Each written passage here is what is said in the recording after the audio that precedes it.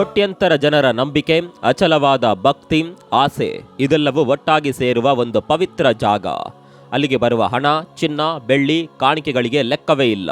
ಆದರೆ ಅದೇ ಜಾಗದಲ್ಲಿ ಆ ದೇವರ ಹುಂಡಿಗೆ ಕನ್ನ ಹಾಕಿದ್ರೆ ಅದು ಹೊರಗಿನ ಕಳ್ಳರಲ್ಲ, ಯಾರು ಆ ದೇವರ ಸೇವೆಗೆ, ರಕ್ಷಣೆಗೆ ಅಂತ ಇದ್ರೋ ಅವರೇ ಆ ಹಣವನ್ನ ಕದ್ದು ಶೌಚಾಲಯದಲ್ಲಿ ಅಂದ್ರೆ ಟಾಯ್ಲೆಟ್ನಲ್ಲಿ ಬಚ್ಚಿಟ್ರು ಅಂದ್ರೆ ನೀವು ನಂಬ್ತೀರಾ?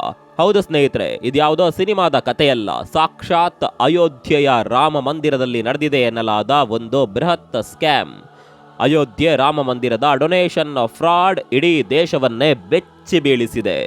ಅಷ್ಟಕ್ಕೂ ಏನಿದು ರಾಮ ಮಂದಿರದ ಡೊನೇಷನ್ ಫ್ರಾಡ್?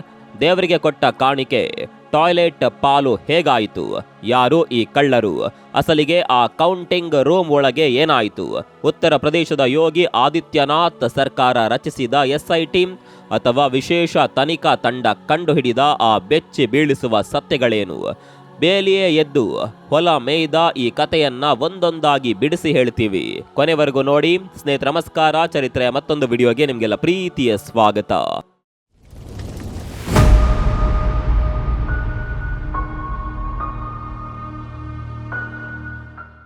ಸ್ನೇಹಿತರೆ, ಕಥೆಯನ್ನ ಶುರು ಮಾಡೋದಕ್ಕೆ ಮುಂಚೆ ನಾವು ಬ್ಯಾಕ್ಗ್ರೌಂಡ್ ಅರ್ಥ ಮಾಡ್ಕೊಳ್ಬೇಕು.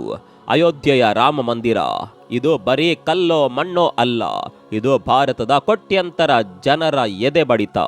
ದಕ್ಷಿಣ ಭಾರತದಲ್ಲಿ ತಿರುಪತಿಗೆ ಹೇಗೆ ಭಕ್ತರು ಸಾಗರೋಪಾದಿಯಲ್ಲಿ ಬರ್ತಾರೋ ಹಾಗೆ ರಾಮ ಮಂದಿರ ಉದ್ಘಾಟನೆ ಆದಾಗಿನಿಂದ ಪ್ರತಿದಿನ ಲಕ್ಷಾಂತರ ಜನ ಬರ್ತಿದ್ದಾರೆ. ಬರೀ ಬರ್ತಿಲ್ಲ, ತಮ್ಮ ಕೈಲಾದಷ್ಟು, ತಮ್ಮ ಭಕ್ತಿಗೆ ತಕ್ಕಷ್ಟು ಕಾಣಿಕೆ ಕೊಡ್ತಿದ್ದಾರೆ. ಕ್ಯಾಶ್, ಚಿನ್ನದ ಆಭರಣ, ಬೆಳ್ಳಿ, foreign currency, digital donation, cheque, ಹೀಗೆ ಯಾವ ರೂಪದಲ್ಲಿ ನೋಡಿದ್ರೂ ದೇಣಿಗೆಯ ಸುನಾಮಿಯೇ ಹರಿದು ಬರ್ತಿದೆ. ವಿಶೇಷ ದಿನಗಳಲ್ಲಂತೂ, ಹಬ್ಬ ಹರಿದಿನಗಳಲ್ಲಂತೂ ಈ ಡೊನೇಷನ್ ಎಷ್ಟಿರುತ್ತೆ ಅಂದರೆ ಅದನ್ನ ಮ್ಯಾನೇಜ್ ಮಾಡೋದೇ ಒಂದು ದೊಡ್ಡ ಸವಾಲು. ಈಗ ನಿಮ್ಗೊಂದು ಪ್ರಶ್ನೆ ಬರಬಹುದು, ಇಷ್ಟೊಂದು ಹಣ ಬರ್ತಿದ್ಯಲ್ಲ, ಇದನ್ನ ನೋಡ್ಕೊಳ್ಳೋದಕ್ಕೆ ಯಾರು ಇಲ್ವಾ, ಭದ್ರತೆ ಇಲ್ವಾ ಅಂತ. ಖಂಡಿತ ಇದೆ. ಮಂದಿರದ ಟ್ರಸ್ಟ್ ಒಂದು ಪಕ್ಕಾ ಸಿಸ್ಟಮ್ ಮಾಡಿಕೊಂಡಿತ್ತು. ಭಕ್ತರು ಹಾಕಿದ ಹಣವನ್ನ ಹುಂಡಿಯಿಂದ ತೆಗೆಯೋದು, ಅದನ್ನ ಒಂದು ಕೌಂಟಿಂಗ್ ರೂಮ್ ಅಥವಾ ಎಣಿಸುವ ಕೋಣೆಗೆ ತರೋದು, ಅಲ್ಲಿ CCTV ಕ್ಯಾಮೆರಾಗಳ ಕಣ್ಗಾವಲ್ನಲ್ಲಿ ಕೂತು ಎಣಿಸೋದು, 100 ರೂಪಾಯಿ, ಲಕ್ಷ ರೂಪಾಯಿಗಳ ಬಂಡಲ್ಗಳನ್ನ ಮಾಡೋದು, ಫೈನಲ್ ಆಗಿ ಅದನ್ನ ಬ್ಯಾಂಕ್ ಅಕೌಂಟ್ಗೆ ಜಮಾ ಮಾಡೋದು. ಇದೇ ಅವರ ಸ್ಟ್ರಿಕ್ಟ್ ಪ್ರೊಸೀಜರ್ ಆಗಿತ್ತು. ಆದರೆ ಇಷ್ಟೆಲ್ಲ ಸೆಕ್ಯೂರಿಟಿ ಇದ್ರು, ಕೋಟೆಯಂತೆ ಭದ್ರತೆ ಇದ್ರು, ಅಲ್ಲೊಂದು ದೊಡ್ಡ ರಂಧ್ರ ಬಿದ್ದಿತ್ತು. ಆ ರಂಧ್ರದ ಮೂಲಕ ಭಕ್ತರ ಕೋಟ್ಯಂತರ ರೂಪಾಯಿ ಸೋರಿ ಹೋಗ್ತಿತ್ತು. ಹೇಗೆ? ಆ ಕಳ್ಳರು ಬಳಸಿದ ಆ ಮೈಂಡ್ ಗೇಮ್ ಏನು ಹೇಳ್ತೀವಿ ಕೇಳಿ. ಎಲ್ಲವೂ ಸರಿಯಾಗಿ ನಡೀತಿದೆ ಅನ್ನುವಾಗಲೇ ದಿಢೀರಂತ ಒಂದು ಸುದ್ದಿ ನ್ಯೂಸ್ ಚಾನೆಲ್ಗಳಲ್ಲಿ ಬ್ರೇಕ್ ಆಗುತ್ತೆ. ರಾಮ ಮಂದಿರದ ದೇಣಿಗೆಯಲ್ಲಿ ಕೋಟ್ಯಾಂತರ ರೂಪಾಯಿ ನಾಪತ್ತೆ ಅಂತ. ವಿರೋಧ ಪಕ್ಷದ ನಾಯಕರು, ಮುಖ್ಯವಾಗಿ ಆಮ್ ಆದ್ಮಿ ಪಕ್ಷದ ನಾಯಕರು, ಕಾಂಗ್ರೆಸ್ ಮತ್ತು ಸಮಾಜವಾದಿ ಪಾರ್ಟಿಯವರು ದೊಡ್ಡ ಮಟ್ಟದಲ್ಲಿ ಆರೋಪ ಮಾಡೋದಕ್ಕೆ ಶುರು ಮಾಡ್ತಾರೆ. ನಮ್ಮ ಕಣ್ಣೆದುರು ಏನು ನಡೆದಿಲ್ಲ, ನಾವು ತಪ್ಪು ಮಾಡಿಲ್ಲ ಅಂತ ಟ್ರಸ್ಟ್ನವರು ಹೇಳಿದ್ರು. ಆದ್ರೆ ಆರೋಪಗಳು ಜೋರಾದಾಗ ಉತ್ತರ ಪ್ರದೇಶದ ಮುಖ್ಯಮಂತ್ರಿ ಯೋಗಿ ಆದಿತ್ಯನಾಥ್ ಸುಮ್ಮನೆ ಕೂರ್ಲಿಲ್ಲ. ಇದರಲ್ಲಿ ಯಾರೇ ಶಾಮೀಲಾಗಿದ್ರು ಭಕ್ತರ ಭಾವನೆಗಳ ಜೊತೆ ಆಟವಾಡಿದವರನ್ನ ಬಿಡಲ್ಲ ಅಂತ ಗುಡುಗಿದ್ರು. ತಕ್ಷಣವೇ ಒಂದು SIT ರಚನೆ ಆಯಿತು. SIT ಎಂಟ್ರಿ ಕೊಟ್ಟ ತಕ್ಷಣ ತನಿಖೆಯ ದಿಕ್ಕೇ ಬದಲಾಯಿತು. CCTV recording, bank deposit, counting register, cash ಹೇಗೆ ಮೂವ್ ಆಯಿತು, ಪ್ರತಿಯೊಂದನ್ನ ಇಂಚಿಂಚಾಗಿ ಸ್ಕ್ಯಾನ್ ಮಾಡಿದ್ರು. ಆಗ ಹೊರಬಿದ್ದ ಆ ಸತ್ಯ ಇದೆಯಲ್ಲ, ಅದು ಇಡೀ ಸಿಸ್ಟಮ್ ಅನ್ನೇ ಅಲುಗಾಡಿಸಿ ಬಿಡ್ತು.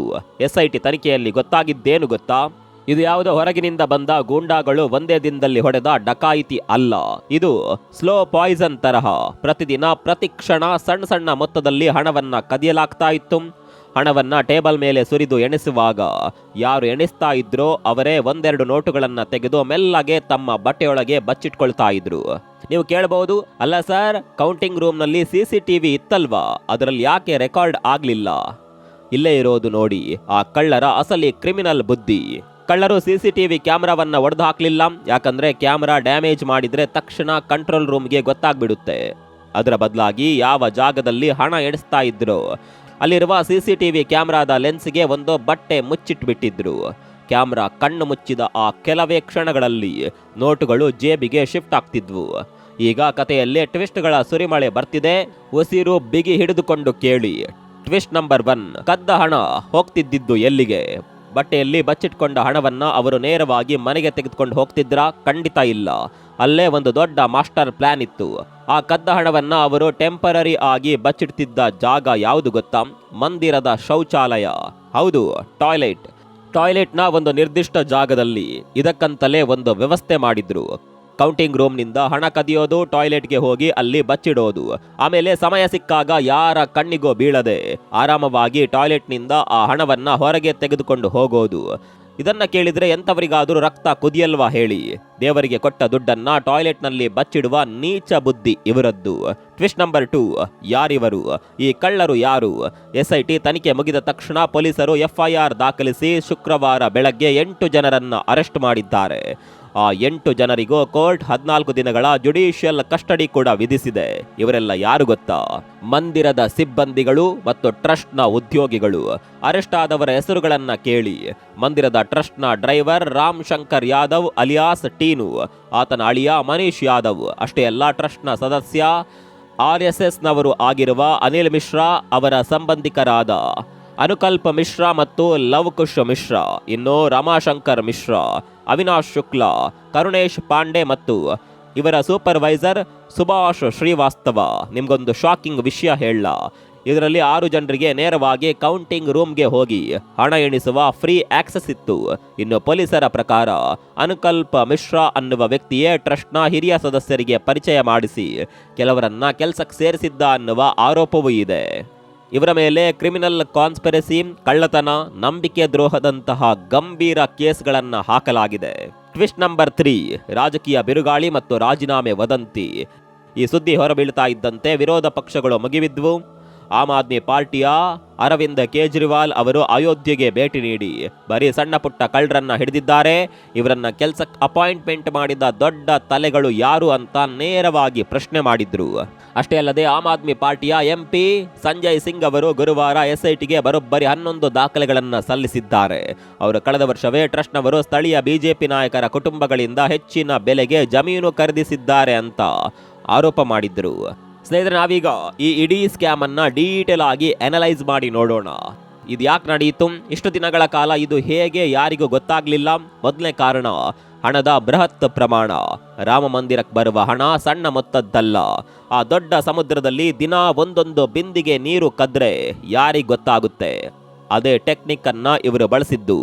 ಎರಡನೇ ಕಾರಣ ಇನ್ಸೈಡರ್ ಟ್ರಸ್ಟ್, ಅಂದ್ರೆ ಒಳಗಿನವರ ಮೇಲಿನ ಅತಿಯಾದ ನಂಬಿಕೆ. ಕಳ್ಳ ಹೊರಗಿನವನಾಗಿದ್ರೆ ಅಲಾರಾಮ್ ಹೊಡೆಯುತ್ತೆ, ಸೆಕ್ಯೂರಿಟಿ ಹಿಡಿತಾರೆ. ಆದರೆ ಹಣ ಎಣಿಸುವವನೇ, ಸೆಕ್ಯೂರಿಟಿ ಜೊತೆ ದಿನ ಟೀ ಕುಡಿಯುವವನೇ ಕದ್ದರೆ ಹೇಗೆ ಹಿಡಿಯೋದು? ಮೂರನೇ ಕಾರಣ CCTV ಮಿತಿ. ಕೇವಲ 45 ದಿನಗಳ ವಿಡಿಯೋ ಮಾತ್ರ ಸೇವ್ ಆಗುವಂತ ಸಿಸ್ಟಮ್ ಇತ್ತು ಎನ್ನಲಾಗಿದೆ. 45 ದಿನಗಳ ನಂತರ ಹಳೆಯ ವಿಡಿಯೋ ಆಟೋಮೆಟಿಕ್ ಆಗಿ ಡಿಲೀಟ್ ಆಗುತ್ತೆ. ಇದರ ಲಾಭವನ್ನ ಈ ಕದೀಮರು ಪಕ್ಕಾ ಆಗಿ ತೆಗೆದುಕೊಂಡಿದ್ದಾರೆ. ಇದೇ ಕಾರಣಕ್ಕೆ ಒಟ್ಟು ಎಷ್ಟು ಕೋಟಿ ಲೂಟಿಯಾಗಿದೆ ಅನ್ನೋದನ್ನ ನಿಖರವಾಗಿ ಹೇಳೋದು SITಗೂ ಕೂಡ ದೊಡ್ಡ ತಲೆನೋವಾಗಿದೆ. ಯಾಕಂದ್ರೆ ಹುಂಡಿಗೆ ಯಾರು ಎಷ್ಟು ಹಾಕಿದ್ದಾರೆ ಅಂತ ಮೊದಲೇ ಎಲ್ಲಿಯೂ ಬರೆದಿಟ್ಟಿಲ್ಲ ಅಲ್ವಾ? ಈ ಘಟನೆಯಿಂದ ಭಾರತದ ಎಲ್ಲ ದೊಡ್ಡ ಧಾರ್ಮಿಕ ಕೇಂದ್ರಗಳು ಕಲಿಯಬೇಕಾದ ಪಾಠ ಬಹಳಷ್ಟಿದೆ. Dual verification, independent audit, digital accounting ಮತ್ತು ಯಾರು ಮುಟ್ಟಲಾಗದ ಟ್ಯಾಂಪರ್ ಪ್ರೂಫ್ CCTV ಅಳವಡಿಸೋದು ಎಷ್ಟು ಮುಖ್ಯ ಅಂತ ಇದು ತೋರಿಸ್ಕೊಟ್ಟಿದೆ. ಹಾಗಾದ್ರೆ ಮುಂದೇನು? ಭವಿಷ್ಯದಲ್ಲಿ ಏನೇನು ಬದಲಾವಣೆಗಳಾಗಬಹುದು? ಈಗ ಅರೆಸ್ಟ್ ಆಗಿರುವ ಈ 8 ಜನ ಕೇವಲ ಮೊಹರೆಗಳು ಮಾತ್ರನಾ? ಇವರ ಹಿಂದೆ ಇನ್ನೂ ಕೂಡ ದೊಡ್ಡ ದೊಡ್ಡ ಕುಳಗಳ ಕೈವಾಡ ಇದೆಯಾ ಅನ್ನೋದು SIT ತನಿಖೆಯಿಂದಷ್ಟೇ ಹೊರಬರಬೇಕು. ಪೊಲೀಸರು ಇವರ ಮನೆಗಳ ಮೇಲೆ ರೇಡ್ ಮಾಡಿದಾಗ ಒಂದಷ್ಟು ಕ್ಯಾಶ್ ಕೂಡ ಸಿಕ್ಕಿದೆ. ಈ ಹಣವನ್ನ ಎವಿಡೆನ್ಸ್ ಆಗಿ ಇಟ್ಕೊಂಡು ತನಿಖೆ ಮುಂದುವರಿಸಿದ್ದಾರೆ. ಭಾರತೀಯ ನ್ಯಾಯ ಸಂಹಿತೆ ಅಡಿಯಲ್ಲಿ ಇವರ ಮೇಲೆ ಕಠಿಣ ಕ್ರಮ ಆಗೋದು ಗ್ಯಾರಂಟಿ. ಮುಂಬರುವ ದಿನಗಳಲ್ಲಿ ಆರ್ಟಿಫಿಷಿಯಲ್ ಇಂಟೆಲಿಜೆನ್ಸ್ ಅಥವಾ AI ತಂತ್ರಜ್ಞಾನವನ್ನ ಕೌಂಟಿಂಗ್ ರೂಮ್ಗಳಲ್ಲಿ ಬಳಸುವ ಕಾಲ ಬರಬಹುದು. ಯಾರಾದರೂ ಅನುಮಾನಾಸ್ಪದವಾಗಿ ವರ್ತಿಸಿದ್ರೆ ತಕ್ಷಣವೇ ಅಲಾರಾಮ್ ಬರುವಂತಹ ಹೈಟೆಕ್ ಸಿಸ್ಟಮ್ ಬರಲೇಬೇಕಿದೆ. ಸ್ನೇಹಿತರೆ, ಕೊನೆಯದಾಗಿ ಒಂದೇ ಮಾತು. ದೇವರಿಗೆ ಒಬ್ಬ ಬಡ ಭಕ್ತ ಕೊಡುವ ಕಾಣಿಕೆ ಅದು ಬರೀ ದುಡ್ಡಲ್ಲ, ಅದು ಅವನ ಕಷ್ಟದ ಬೆವರು. ಅವನಿಗೆ ದೇವರ ಮೇಲಿರುವ ಅಚಲವಾದ ನಂಬಿಕೆ, ಆ ನಂಬಿಕೆಗೆ, ಆ ಭಕ್ತಿಗೆ ದ್ರೋಹ ಬಗೆಯುವ ಇಂತಹ ಘಟನೆಗಳು ನಿಜಕ್ಕೂ ಕರುಳು ಹಿಂಡುವಂಥದ್ದು. ದೇವರು ಕಲ್ಲಾಗಿದ್ದರೂ ಮನುಷ್ಯನ ದುರಾಸೆ, ಕಳ್ಳಬುದ್ಧಿ ಮಾತ್ರ ಎಂದಿಗೂ ಬದಲಾಗೋದಿಲ್ಲ ಅನ್ನೋದಕ್ಕೆ ಇದೇ ಜ್ವಲಂತ ಸಾಕ್ಷಿ. ಉತ್ತರ ಪ್ರದೇಶದ CM ಯೋಗಿ ಆದಿತ್ಯನಾಥ್ ಅವರು ಹೇಳಿದ ಹಾಗೆ ಜನರ ಧಾರ್ಮಿಕ ಭಾವನೆಗಳ ಜೊತೆ ಆಟವಾಡುವ ಯಾರೊಬ್ಬರನ್ನ ಸುಮ್ಮನೆ ಬಿಡಬಾರ್ದು. ಈ ನಂಬಿಕೆ ದ್ರೋಹಿಗಳಿಗೆ ಕಠಿಣಾತಿ ಕಠಿಣ ಶಿಕ್ಷೆ ಆಗಬೇಕು. ಆಗ ಮಾತ್ರ ಮುಂದಿನ ದಿನಗಳಲ್ಲಿ ದೇವಸ್ಥಾನದ ಕಡೆ ಕಣ್ಣೆತ್ತಿ ನೋಡೋಕು ಕಳ್ಳರು ನಡುಗಬೇಕು. ಈ ಮಹಾನ್ ಸ್ಕ್ಯಾಮ್ ಬಗ್ಗೆ ನಿಮ್ಮ ಅನಿಸಿಕೆ ಏನು? ದೇವರ ದುಡ್ಡಿಗೆ ಕೈ ಹಾಕಿದ ಆ ಕಳ್ಳರಿಗೆ ಎಂತ ಶಿಕ್ಷೆ ಆಗಬೇಕು? ದಯವಿಟ್ಟು ಕಮೆಂಟ್ ಮಾಡಿ. ಮುಂದಿನ ವಿಡಿಯೋದಲ್ಲಿ ಸಿಗೋಣ. ಅಲ್ಲಿವರೆಗೂ ನಮಸ್ಕಾರ.